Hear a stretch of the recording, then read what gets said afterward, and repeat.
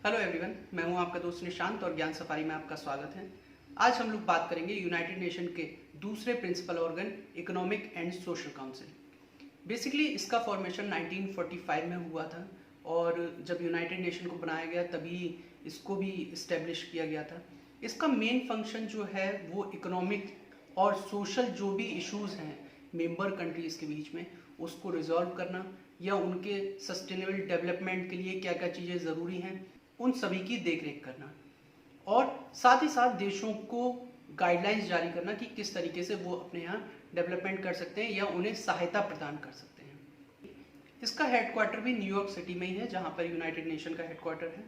इसके जो फंक्शनिंग है उसको स्मूथली करने के लिए 15 स्पेशलाइज्ड एजेंसीज, 8 फंक्शनल कमीशंस और साथ ही साथ 5 रीजनल कमीशंस इस्टेब्लिश हैं जो कि इनके काम को सारा देख रेख करती हैं। सभी लोगों से रिपोर्ट, जो भी मेंबर कंट्रीज़ हैं उनसे रिपोर्ट लेती हैं, उन पर अपनी चर्चा करती हैं। एक तरीके से उस पूरे प्रोसेस को जो करने का एक जिम्मा होता है वो इन्हीं एजेंसियों पर होता है।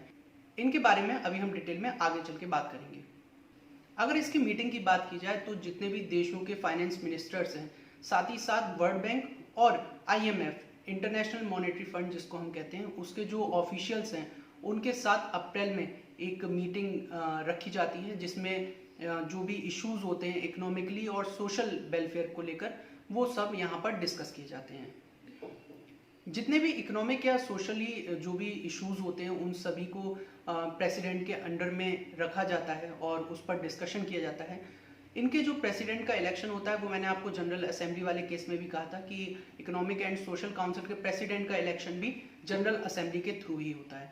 ये ईयरली बेसिस पे होता है। इस समय पर जो इसके प्रेसिडेंट हैं वो नॉर्वे के मोना जुल हैं।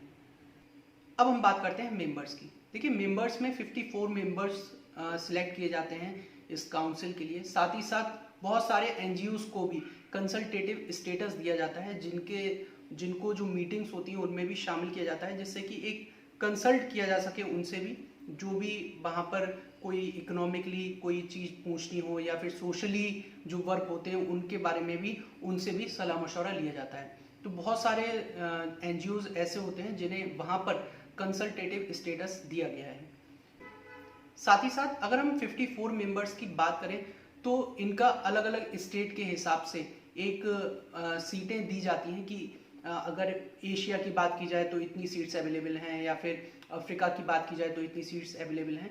तो उसके हिसाब से इनका चुनाव होता है देशों का, जो कि आप इस स्लाइड में देख सकते हैं। जैसा कि आप स्लाइड में देखेंगे कि ब्लू कलर से जो सीट्स दिखाई जा रही हैं वो अफ्रीकन स्टेट को दी गई हैं और इन्हें 14 सीट्स दी गई हैं। ग्रीन कलर से जो सिम्बलाइज की गई हैं वो एशिया पैसिफिक को हैं जिन्हें 11 सीट्स अवेलेबल हैं। रेड कलर की बात की जाए तो ईस्टर्न यूरोपियन को दिया गया है ये, जिन्हें 6 सीट अवेलेबल हैं। पिंक कलर की अगर सीट्स की बात की जाए तो ये लैटिन अमेरिकन और कैरिबियन स्टेट को रिप्रेजेंट करती हैं जिन्हें 10 सीट्स अवेलेबल हैं। और येलो की अगर बात करें तो ये वेस्टर्न यूरोपियन और अदर स्टेट को सिम्बलाइज करते हैं जिन्हें 13 सीट्स अवेलेबल हैं। अब हम बात करते हैं कमीशंस और एजेंसीज की।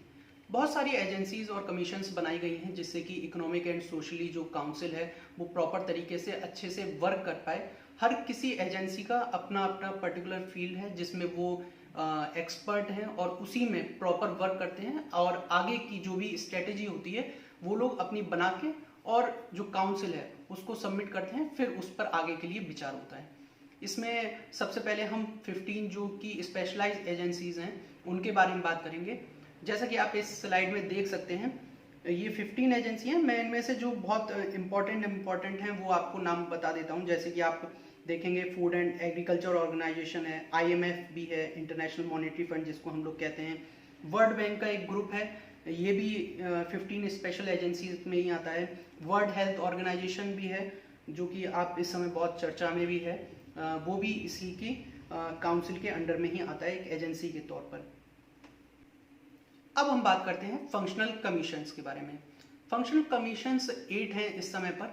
इससे पहले 2 और भी थे लेकिन उनको सस्पेंड कर दिया गया, मतलब उनको हटा दिया गया, जिनमें से एक था आपका कमीशंस ऑन ह्यूमन राइट्स, जिसको 2006 में इसको हटा दिया गया क्योंकि यूनाइटेड नेशन ने अपनी एक agency United nation human right council का इस्टेब्लिश कर दिया था, इसीलिए इसको हटा दिया गया।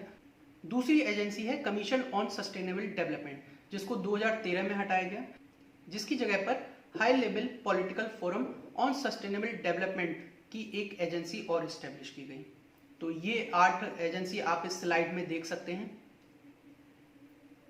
अब हम बात करते हैं अपने 5 रीजनल कमीशंस के बारे में। जैसा कि आपने देखा, जो हमने 54 मेंबर्स जो कंट्रीज हैं उनको किस एरिया से लिया है, उन्हीं के बेसिस पे जो 5 रीजनल कमीशंस हैं वो भी इन्हीं के बेसिस पे इस्टेब्लिश किए गए हैं, जैसा कि आप इस ग्राफ में देख सकते हैं। जिसमें से पहला है आपका UN economic commissions for Europe, second number Africa, then third is Latin America and the Caribbean, fourth number is Asia and Pacific and fifth number is Western Asia. अब हम बात करते हैं एक इंटरेस्टिंग फैक्ट पर, जो कि इकोनॉमिक एंड सोशल काउंसिल से रिलेटेड है।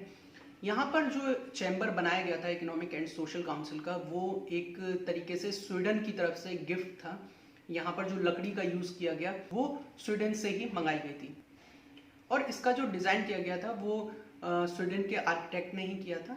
और सबसे इंटरेस्टिंग बात इसमें यह है कि ऊपर की जो रूफ थी वो इसको आधा अधूरा छोड़ा गया, मतलब पूरी तरीके से फिनिश नहीं किया गया।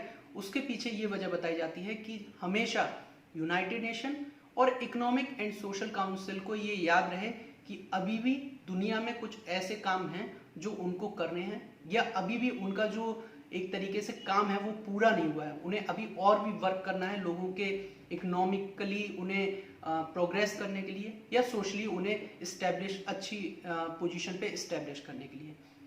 तो ये था हमारे यूनाइटेड नेशन के एक और प्रिंसिपल ऑर्गन के बारे में सारी जानकारी, जो कि है इकोनॉमिक एंड सोशल काउंसिल। उम्मीद करता हूँ कि मेरे द्वारा दी गई जानकारी आपको अच्छी लगी होगी, और ज़्यादा से ज़्यादा मैं जानकारी आपको अच्छे से प्रोवाइड कर पाया हूँगा।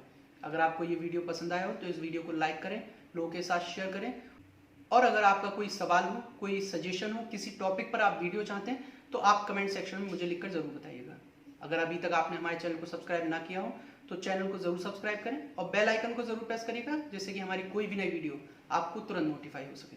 Thank you so much.